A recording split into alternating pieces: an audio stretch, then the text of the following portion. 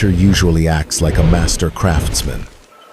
But with Carnotaurus, it behaved like a drunken architect on a tight deadline. This 2-ton predator is a biological Ferrari equipped with a V12 engine tail and a shock-absorbing neck, yet it sports arms so pitifully reduced they make the limbs of a Tyrannosaurus look like the arms of a bodybuilder. To truly grasp why a massive, multi-ton killing machine would evolve forelimbs smaller than a human toddler's, we must first transport ourselves back to the stage upon which this evolutionary comedy was performed. We are not trekking through the familiar coniferous forests of North America, where the tyrant lizard king Tyrannosaurus rex was beginning its reign of terror. Instead, we are navigating the isolated, fracturing supercontinent of Gondwana during the late Cretaceous period. South America, during the Campanian and Maastrichtian ages, a span of geological time covering the final chapter of the dinosaur era, from approximately 83 to 66 million years ago, was not merely a continent. It was a grand evolutionary laboratory that had been sealed off from the rest of the world.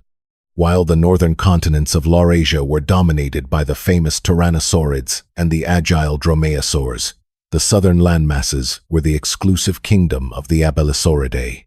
These southern lands were remnants of Gondwana, the colossal supercontinent that had formed some 550 million years prior in the Neoproterozoic era, and once united what we now know as South America, Africa, Antarctica, Australia, and India before splitting apart in a slow, continental divorce. This specific lineage of theropod dinosaurs took a trajectory that was radically distinct from their northern cousins. While the tyrannosaurs were investing in bone-crushing bite forces and retaining functionally short but incredibly muscular arms, the abelisaurids were conducting a bizarre and extreme experiment in anatomical minimalism. The isolation of Gondwana allowed for a biological phenomenon known as vicariance to take hold. Organisms that are separated by insurmountable physical barriers tend to evolve into distinct, unique lineages. In this specific case, the barrier was the widening Atlantic Ocean, which acted as a prison wall for genetics, preventing the intermingling of northern and southern dinosaur populations. Inside this South American pressure cooker, the abelisaurids did not merely survive. They thrived and radiated into a dazzling array of forms. They ranged from the mid-sized, stubby-snouted Aucasaurus to the recently discovered and sleek Coelacanth inakayali. This isolation is crucial to our story.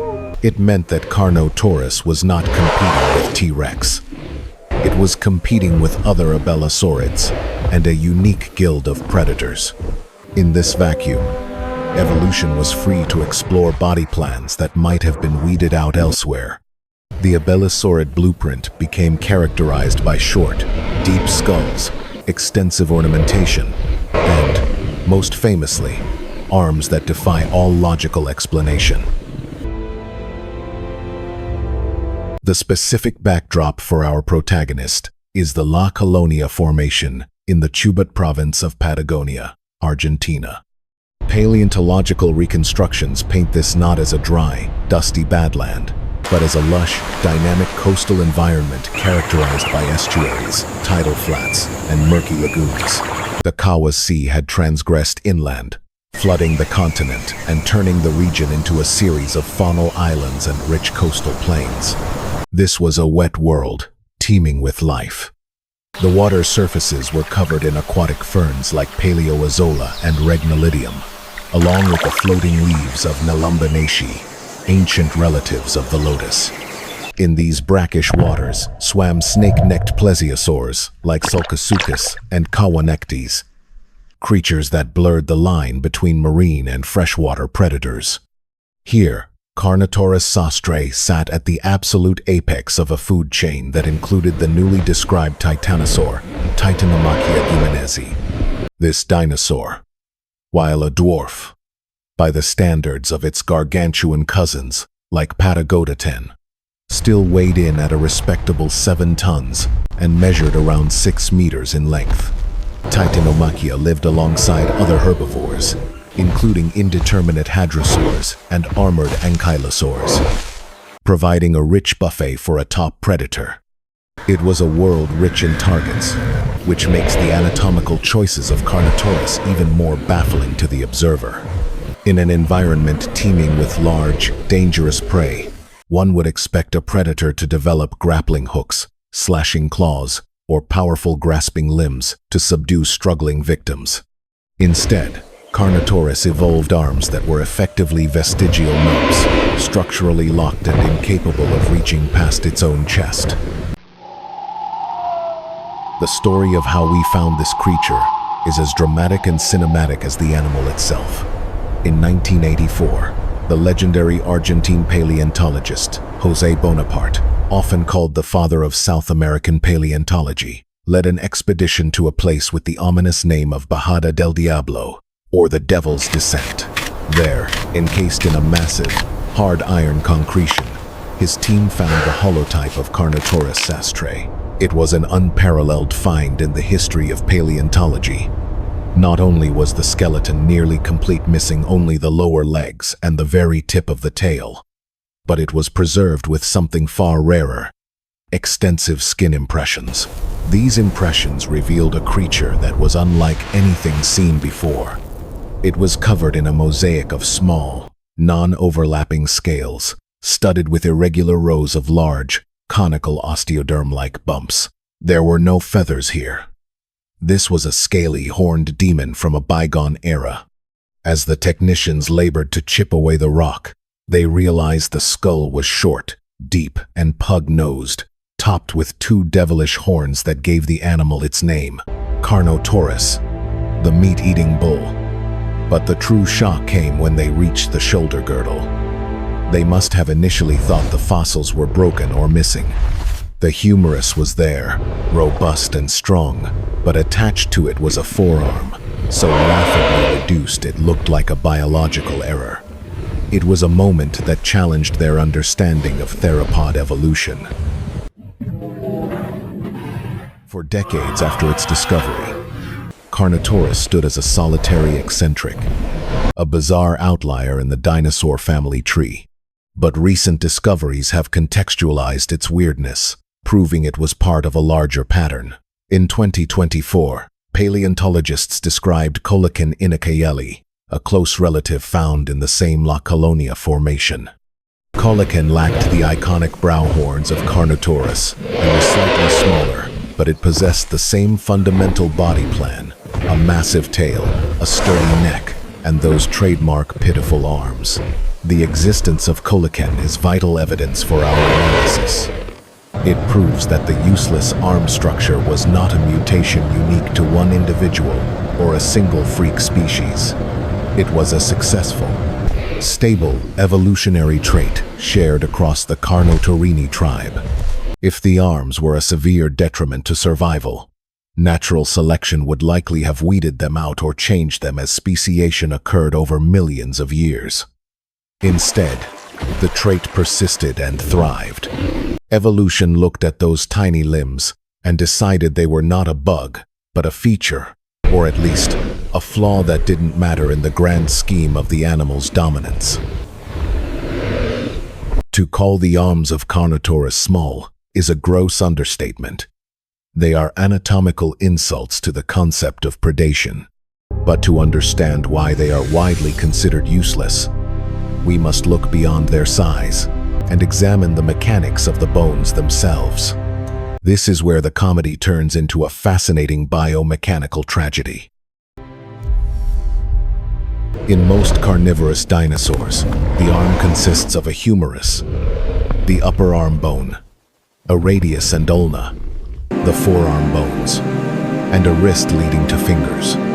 Even Tyrannosaurus rex, despite its famously short arms, had functional elbows and remarkably strong muscles capable of clutching prey with significant force. Carnotaurus possessed none of these advantages. The humerus of Carnotaurus is robust and has a globular, hemispherical head, suggesting the shoulder itself had a decent range of motion and could rotate freely in the socket. However, the biomechanical disaster starts at the elbow. The radius and ulna are reduced to about a quarter of the length of the humerus. More critically, the elbow joint lacks the distinct articular surfaces necessary for flexion and extension. Paleontologists Phil Center and J.M. Parrish conducted extensive range of motion studies on the forelimbs of Carnotaurus and published their damning findings in 2006. They concluded that the elbow was essentially immobile. The bones were locked in a state of near ankylosis or synostosis. This means the radius and ulna were fused, or so tightly bound that movement was impossible. Contrast this with a human arm, or even a T-Rex arm. When you flex your bicep, your radius and ulna pivot around the humerus. If you were a Carnotaurus, you could not perform this action. You could not reach out. You could not bend your elbow to bring food to your mouth. You could not scratch your chest. Your arm was effectively a rigid bar hanging from the shoulder, swinging uselessly with the movement of the body. The hand attached to this rigid bar was equally baffling. It had 4 digits, a primitive count compared to the 3 of advanced tetanurans or the 2 of tyrannosaurs.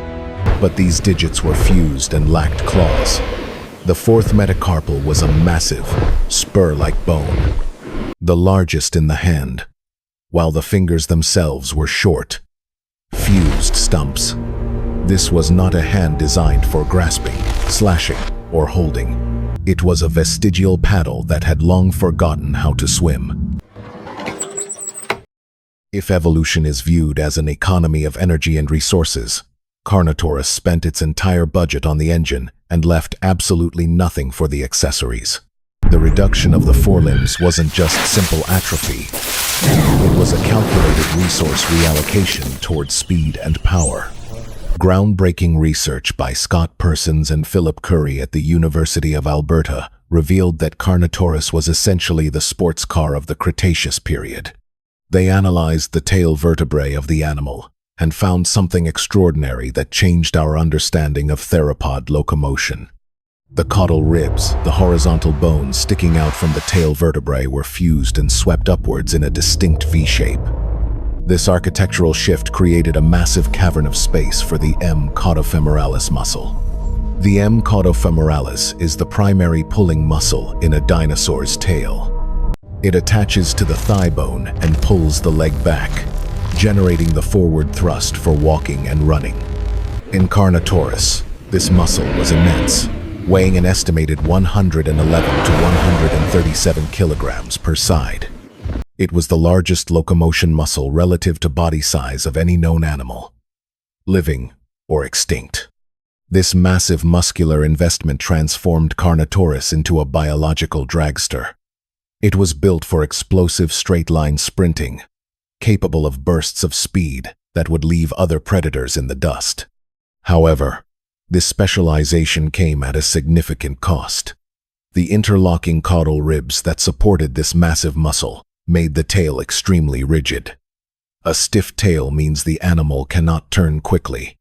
While a dromaeosaur could pivot on a dime using its tail as a rudder, Carnotaurus had the turning radius of a freight train. This physiological context frames the useless arms in a completely new light. When you are a biological missile designed to ram prey at 50 kilometers per hour, arms are just aerodynamic drag. They are unnecessary weight at the front of the chassis that needs to be eliminated to maximize acceleration. With arms removed from the predatory equation, the head and neck had to do all the work. The skull of Carnotaurus is deep, short, and reinforced, quite unlike the long, slender snouts of Spinosaurs or the broad, crushing jaws of Tyrannosaurs. Biomechanical studies using finite element analysis, a method borrowed from engineering to test the stress on materials, suggest that the skull was optimized to withstand high-velocity impacts, but had a relatively weak bite force compared to the bone-crushing power of T. Rex. This data led to the formulation of the hatchet theory. This hypothesis suggests that Carnotaurus would use its massive neck muscles anchored to robust cervical vertebrae with towering, hypertrophied epipophyses to drive its upper jaw into prey like an axe. The neck of Carnotaurus was a masterpiece of biological engineering. The vertebrae were wide and robust, specifically built to absorb the shock of a high-speed collision. The epipophyses, bony projections on the neck vertebrae, were enormous, providing ample attachment points for thick, powerful neck muscles. If the arms were the price paid for the tail's speed, the neck was the insurance policy that allowed the animal to survive the violent impact of that speed.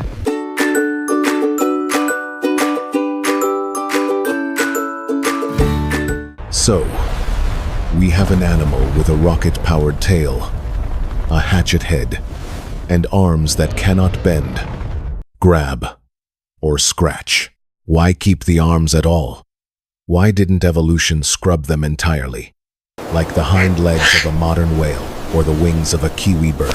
Science offers three main hypotheses, ranging from the genetic to the flamboyant. The most rigorous and technical scientific explanation is that the arms are not for anything anymore.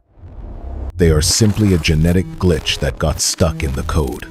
The development of limbs in tetrapods, four-limbed animals, is controlled by a specific group of regulatory genes called HOX genes, specifically HOXA11 and HOXD11, in experiments with mice and other vertebrates.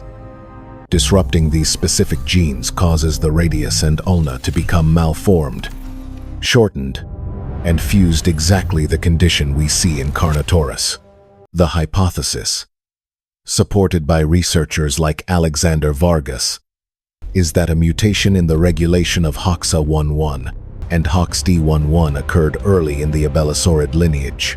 This mutation effectively broke the forearm development mechanism. However, genetics is rarely a simple one-to-one relationship. These same HOX genes are also involved in other critical developmental processes, such as kidney formation and the patterning of the hind limbs. Evolution couldn't just delete the genes entirely without potentially killing the animal or ruining its legs. So, the abelosaurids were stuck with a genetic error that produced stunted arms. As long as the arms weren't actively harmful to the animal's survival, natural selection didn't bother to fix the glitch. It was a classic case of good enough engineering. A vestigial remnant carried along by the momentum of survival. In 2022, eminent paleontologist Kevin Padian proposed a provocative social theory for arm reduction in large theropods that challenged the traditional disuse narrative. He argued that the arms didn't shrink simply because they were useless, but because having long arms was actively dangerous. Imagine a pack of Carnotaurus descending upon a Titanomachia carcass. It is a frenzy of biting jaws, tearing flesh, and thrashing heads. If you have long, dangly arms in the middle of this chaos, they are liable to be bitten, ripped, or infected by your frenzied packmates. In the wild, an amputated or infected arm without modern antibiotics could be fatal. Therefore, individuals with shorter, tucked-away arms had a distinct survival advantage. They were less likely to be accidentally maimed during the dinner rush. Over millions of years, this selective pressure drove the arms to become smaller and smaller, safely tucked against the body, a biological damage mitigation strategy.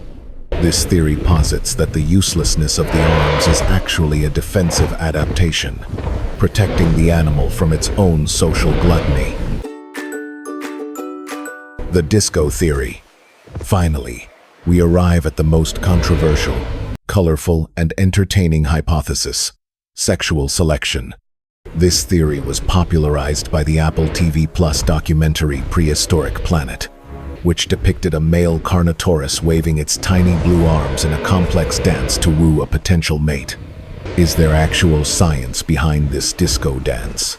Or is it just Hollywood fantasy? Surprisingly, there is anatomical support. While the elbow was frozen and fused, The shoulder joint was a ball and socket design that allowed for a high degree of rotation. The argument is that if the arms were truly and completely useless, they would have eventually fused at the shoulder or disappeared entirely. The retention of a mobile shoulder joint suggests some remaining function.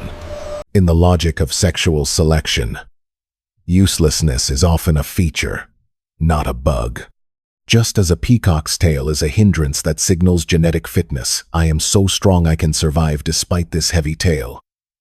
The ridiculous arms of Carnotaurus might have served as display structures.